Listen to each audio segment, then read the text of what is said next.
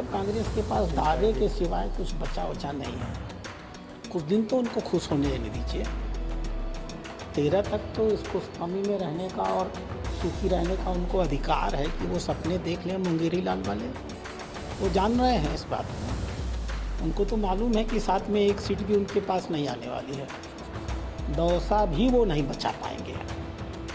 तो कांग्रेस के पास खाली हाथ है और कुछ नहीं है। हम तो यही जानते हैं कि उनकी एक आरएलपी पार्टी है, वहीं से वो विधायक थे, वहीं से वो सांसद हैं, और अब उनको कोई कार्यकर्ता नहीं मिलता है, कोई लड़ने को तैयार नहीं है। तो कभी अपनी माता जी को लड़ाते हैं, कभी अपने भाई को लड़ाते हैं, कभी अपनी पत्नी को लड़ाते हैं। दौसा गए थे, दिन भर रहे, उनको अंदाज हो गया कि अब यहाँ भी कुछ नहीं है। तो सुनते हैं चले गए महाराष्ट्र और झारखंड कहाँ कहाँ। उनको एहसास, तो पुराने नेता एहसास हो गया कि दौसा भी वो नहीं जीत सकते। तो हम लोग पहले ही बना चुके हैं। अब तो चुनाव प्रचार चल रहा है। हमारी सारी सेनाएं अपने सेनापति के साथ युद्ध के मैदान में डट चुकी हैं। अब तो हम लोग सिर्फ वैसे ही एक अंदाज लेने आए हैं कि कहीं कोई कमी हो तो उस कमी को भी दूर कर लिया जाए, जो अंतिम झाड़ू मारना होता है। बाकी तो सब युद्ध चल रहा है और हमारी सेना युद्ध के मैदान में डटी हुई है और पूरी तरह जीत के लिए आश्वस्त होकर के डटी हुई है। कांग्रेस लगातार दावे कर रही है 7 सीटें जीत होगी। अब कांग्रेस के पास दावे के सिवाय कुछ बचा वचा नहीं है। कुछ दिन तो उनको खुश होने नहीं दीजिए। 13 तक तो इसको कमी में रहने का और सुखी रहने का उनको अधिकार है कि वो सपने देख लें मुंगेरी लाल वाले। वो जान रहे हैं इस बात को। उनको तो मालूम है कि साथ में एक सीट भी उनके पास नहीं आने वाली है। दौसा भी वो नहीं बचा पाएंगे। तो कांग्रेस के पास खाली हाथ है और कुछ नहीं है। सचिन पर नेताजी पिछली बार आपके साथ थे, अब की बार अलग होकर चुनाव लड़ रहे हैं। हनुमान बेनीवाल पता नहीं किस ज़माने में हमारे साथ थे। हम तो यही जानते हैं कि उनकी एक आरएलपी पार्टी है, वहीं से वो विधायक थे, वहीं से वो सांसद हैं, और अब उनको कोई कार्यकर्ता नहीं मिलता है, कोई लड़ने को तैयार नहीं है। तो कभी अपनी माता जी को लड़ाते हैं, कभी अपने भाई को लड़ाते हैं, कभी अपनी पत्नी को लड़ाते हैं। अब वो परिवार के अंदर परिवारवाद की पार्टी हो गई, तो उनके पास भी कुछ विशेष नहीं बचा है। खियूसर में हमको हनुमान जी की बहुत बुरी पराजय हो गई। जनता एक तरफा हो चुकी है। डॉक्टर सरोज जी लगातार प्रचार कर रहे हैं। हाँ, पूरा राजस्थान नहीं, पूरा देश देख रहा है। मंचों पर गमछा लेकर के खटाखट नाच रहे हैं। प्रचार का उनका अपना अच्छा तरीका है। एक नए व्यवसाय की ओर वो जा रहे हैं। अच्छा है।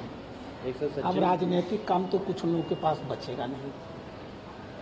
सचिन पायलट भी सर नजर आ रही है। हाँ, सचिन पायलट भी नजर नहीं आ रहे हैं चुनाव। नहीं, दौसा गए थे, दिन भर रहे, उनको अंदाज हो गया कि अब यहाँ भी कुछ नहीं है।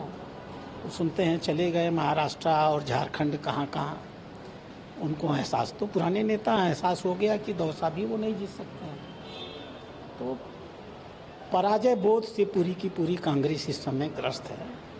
सच्चाई को वो लोग देख पा रहे हैं, कह नहीं पा रहे हैं। देख तो सब पा रहे हैं। तो इस नाते अब इस लड़ाई को एक तरफा लड़ाई मानिए। भारतीय जनता पार्टी सभी 7 सीटों में बहुत अच्छे मार्जिन से चुनाव जीती। अशोक गहलोत जी भी महाराष्ट्र देखेंगे।